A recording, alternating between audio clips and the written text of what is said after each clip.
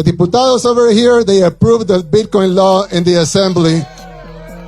After that, we had some attacks of the opposition. Believe it or not, we have an opposition. And they started, complaining about Bitcoin, and they started with misinformation to the people, telling them Bitcoin was bad, and, you shouldn't use that currency because, it's invisible. You cannot see it. They burned the ATM and everything.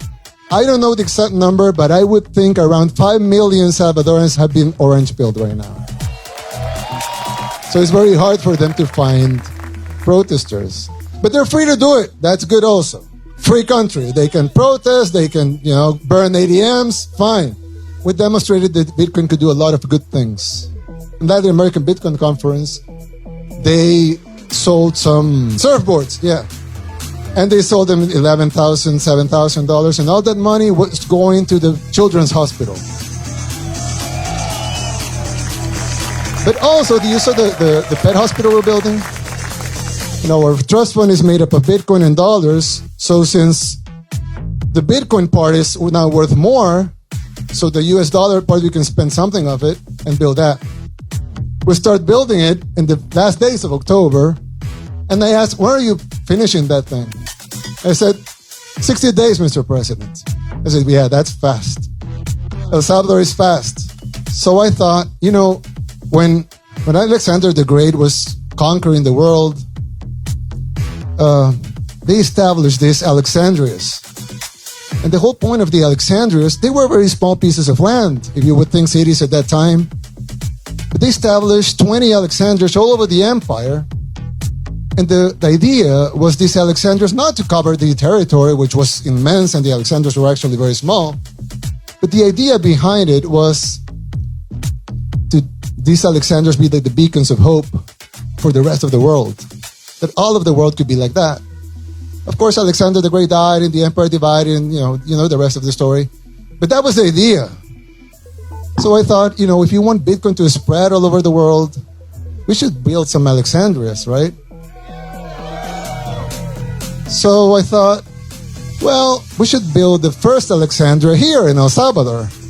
So actually, what I was going to present to you, Bitcoin City.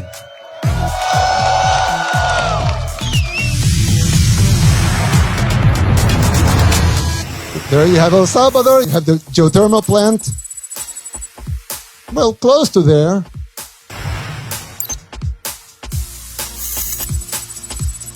The Fonsecan Gulf. And it's going to include everything. Residential areas, commercial areas, services, museums, entertainment, bars, restaurants, airport, port, rail, everything devoted to Bitcoin. So at the beginning, we will power the city with the old volcano and power plant, but then we will build a new one right next to the city. And the volcano will power the whole city and will also power the mining. And in the middle, you will have a huge plaza, which would be from the air, you will look at it as a Bitcoin sign. So you have everything. Regulations, new economic policies, digital zones. The Fonsecan Gulf is shared by Honduras, Nicaragua, and El Salvador. So this will be in an international area. The government will provide the land, the public infrastructure, the economic areas will attract investors that will contribute to the development and construction of the city. And of course, Bitcoin City is committed to free and equal access to everything. We'll have digital and tech educations, and the social polycentric urban configuration, which has a small dent for the volcano there. That's the division. I will not bore you with those things, but you have social amenities, residential, the green areas, and we're going to have industrial and office space, and also everything is going to be a digital environment. Everything has been taken into consideration: recreation, electricity, water treatment and waste management, etc.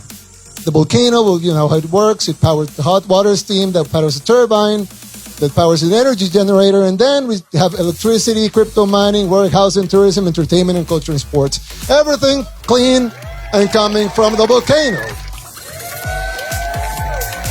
But in Bitcoin City, of course, it's in El Salvador, so Bitcoin is the legal tender. That's nice. Not enough, probably nothing.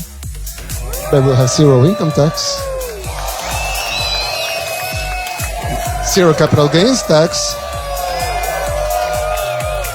zero property tax. I mean, if you're making a huge building, you don't want to pay property tax for that. Zero payroll tax. We want you to hire people, not to pay taxes for hiring people. Zero municipal taxes. And zero CO2 emissions. Because this is a fully ecological city that works and it's energized by a volcano. So that's Bitcoin City, everybody. So you know that you will say, well, you know, that sounds nice, but who's going to pick up the trash? So the only tax that you're going to have in Bitcoin City is the value-added tax, which, you know, normal value-added tax, 10%. And that value-added tax will be used, half of it, to pay the bonds that we're going to issue to build up the city, so it's going to pay for itself. And the other half will be transferred to municipalities, so they clean up the trash, they keep the parks nice, and they keep the city all neat and clean. So that would be the only tax, the value-added tax, 10% value-added tax. So we talked with my friend Samson from Blockstream. Yeah, Samson here, right here. This is a very historic moment. We're going to be issuing Bitcoin bonds. Do you guys like Bitcoin bonds?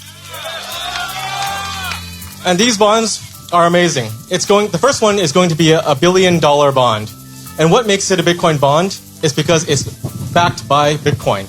So half of the $1 billion will go into buying Bitcoin.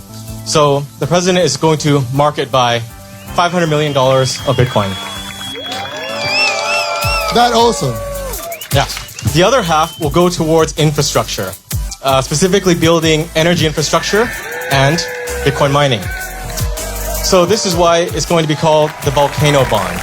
And this is going to be a series. So this first bond is called the EBB1, or El Salvador Bitcoin Bond 1. But there will be more. 35% year over year is conservative. But at the end of the 10 years, or in the 10th year of the bond, your APY will be 146%. So the coupon is 6.5% for the first 5 years, and then it starts getting a Bitcoin boost. And I think this product is going to be incredibly attractive, even from the traditional financial industry or bankers, because there's no instrument like this on the market. So this is going to make El Salvador the financial center of the world. It's the Singapore of Latin America, and if the US continues declining, all of North and South America. So I'll just repeat Jack Mallers. We are here to change the world. We are here in El Salvador to change the world. And we are ready to die on this hill. All of us are ready to die on this hill. Bitcoin is going to save the world, and it starts here in El Salvador.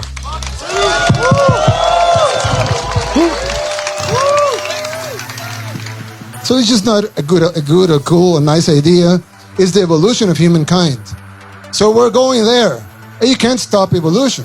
But it's nicer if we are part of it. So it's nicer if we push it a little. For some reason, we're all here right now. In Misata Beach. In El Salvador. Looking into the future. Let's all be part of it.